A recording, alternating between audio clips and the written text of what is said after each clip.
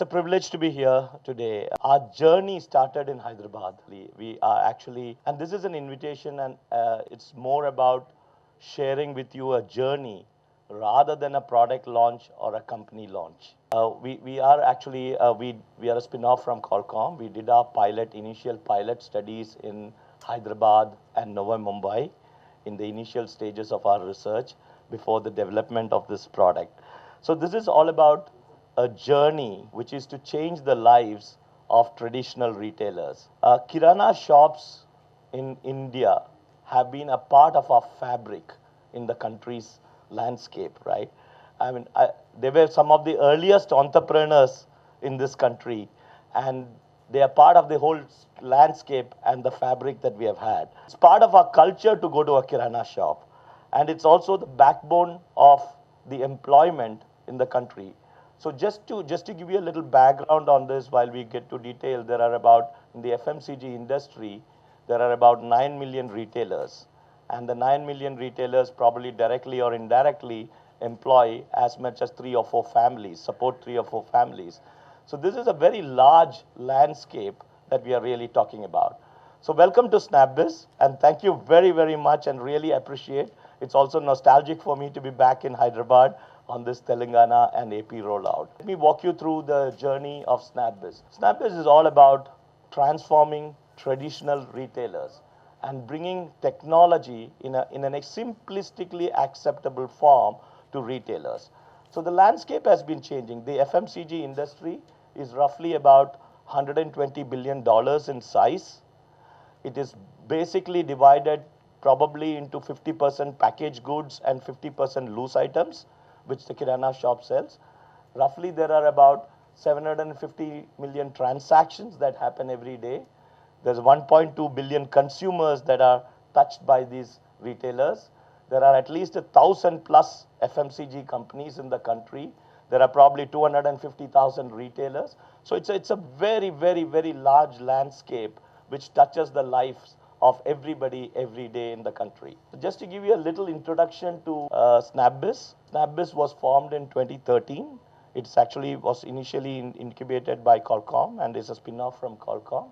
It is supported by some of the well-known luminaries of the Indian industry, including Mr. Ratan Tata.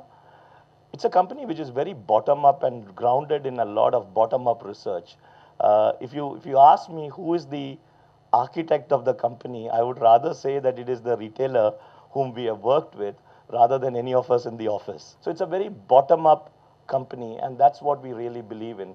What we have done is to converge cutting-edge technology and bring it in the simplest form to the retailers, right? Imagine India is going through such a transition, and it's an unbelievable translation. You're taking a person from the calculator straight to the cloud. The calculator to cloud transformation is an unimaginable transformation which people are skipping many, many years of change. And that's the journey that we are really on, taking the calculator from the calculator to the cloud. And we have a lot of domain expertise in retailing, FMCG, consumer marketing. It's a disruptive solution, and we are today at about 2,500 stores across a few major cities, and that's where we started off. So if you look at the FMCG ecosystem, just to give you a little introduction to the FMCG ecosystem, you have the traditional retailer, and I told you like that there are about 9 million of them.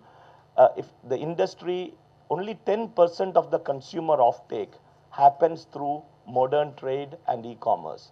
The balance 90% of consumer offtake happens through traditional independent shops that you see every day on the road, right? And that landscape is not likely to change for some time. And that is also because of the fact that if you look at the retailing industry in consumer goods, the only retailer who has proven to be very profitable for many, many years and continues to remain profitable is the traditional Kirana shop. Look at the FMCG ecosystem. You got a lot of distributors who connect the marketeers to these traditional retailers, and you got other stakeholders like the cash and carries, the banks, the advertising agencies, the marketing research agencies, etc., which are connected into this ecosystem. Unfortunately, there's a big gap between the last mile connect between the retailer, the consumer, and the rest of the ecosystem.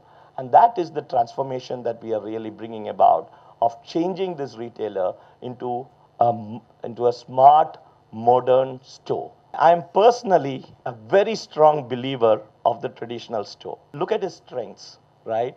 He's very friendly, he's very convenient, his pricing is very competitive, he gives free delivery, he gives monthly credit. You call him up and tell him, I want 20 products, he'll deliver it at home. You say, I forgot eggs, he'll go and bring it back for you. You buy 5 kilos of rice, you don't like the rice, you can exchange it, no questions asked. He knows you by your first name. He knows what kind of products you buy and you don't buy. There's a height of convenience that he really brings. So if you look at the traditional retailer, he's actually a very powerful entity.